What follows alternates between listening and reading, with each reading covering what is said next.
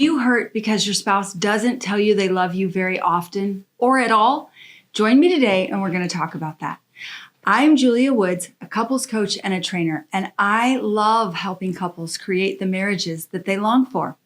Recently on my Instagram account, I asked my followers to share questions that they would love to ask a marriage coach. And so they did. And one of the questions I received was from Rachel, and she said, "Help. My husband won't tell me or our children that he loves us." Now, this isn't uncommon, and I know it can be really painful when you're on the receiving end. But what I want to encourage you is to look at this as a symptom, not as a problem. I believe that marriage is the greatest arena for our growth and our healing. And when two people are attracted to each other, it's not by chance.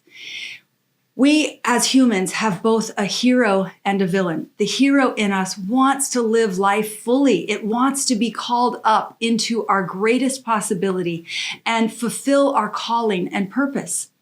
Then there's our villain. And our villain wants to stay stuck in the pain of the past and the hurt and play small in life because it's risky to step into our purpose in life and really create something meaningful. So we're constantly at war with each other. And the villain wants to play small and the hero wants to call us into greatness. And so when we fall in love with someone, both our hero and our villain are attracted to that person. Our hero sees something in our spouse that's like, that person, they see life so differently. They have the opposite of me in so many ways that I believe that with this person, I can become the greater version of myself. I can heal my past woundings. Now, all of this is subconscious. We don't realize that it's happening. But while that's happening, at the same time, our villain is attracted to this person.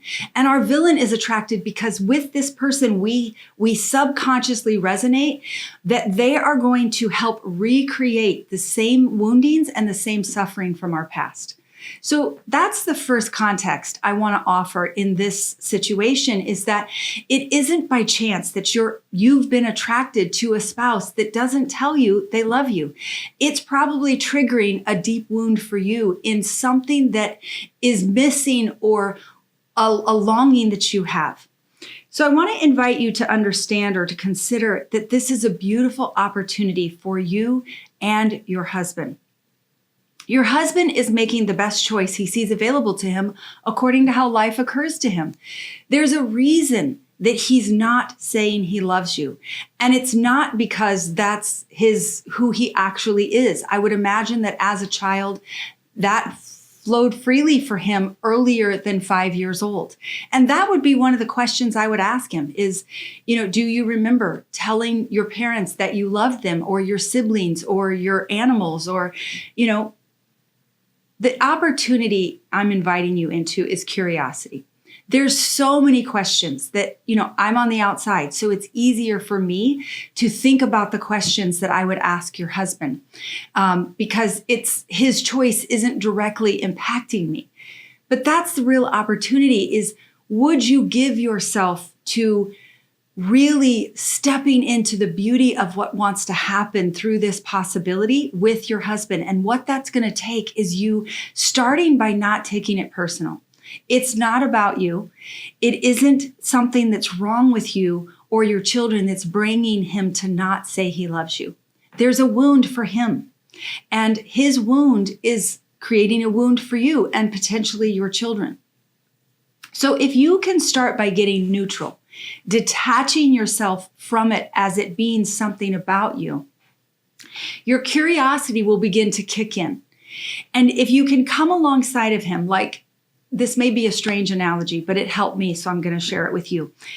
If I saw a dog that was hurt and I'm going to go towards the dog is going to yap at me. The dog is going to try and bite me because it's afraid that I'm going to hurt it. But what I'm actually trying to do is to help it. And so I'm not going to be bothered that the dog is yapping at me or trying to bite me. I'm going to keep reassuring the dog that I'm there to help help it. And I'm going to, do what I need to do to let the dog help me get closer to it so I can help him with his wound. This is it. I found it very helpful to consider that with my husband.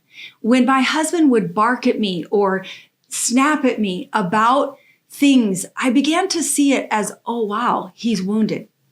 And when I could see it as a wound in him, it would help me get more neutral and want to actually show up with him in ways that could help invite healing to the wound. And so questions that I would invite you to ask your husband are things like, what does love mean to you? How do you feel when people tell you they love you? When was your earliest memories of love? And do you remember telling people that you loved them? Do you remember your parents or your grandparents telling you they loved you? What do you think it's about for you? Did you notice that you don't say, I love you to me or to the kids? What occurs for you when you think about that? Is that something you want to express?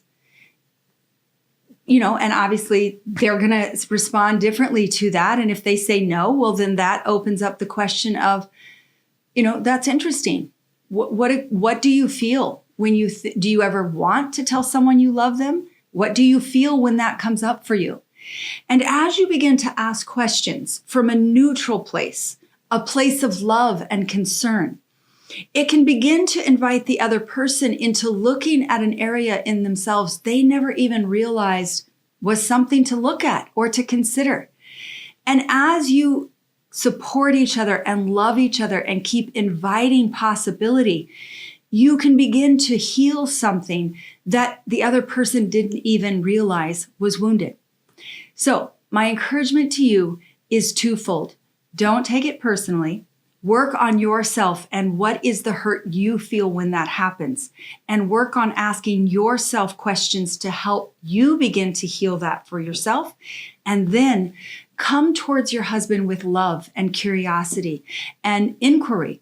Because inquiry, we can't transform what we can't see. And inquiry is what is going to invite him into the possibility of seeing something that he actually might want to see and consider something new. I hope you found that helpful. And if you did, would you give this video a thumbs up and share in the comments one thing you're taking away? Or if you have a question you would like to ask me and have me share in this way, please leave your question in the comments below. Thanks so much for joining me. I look forward to seeing you the next time.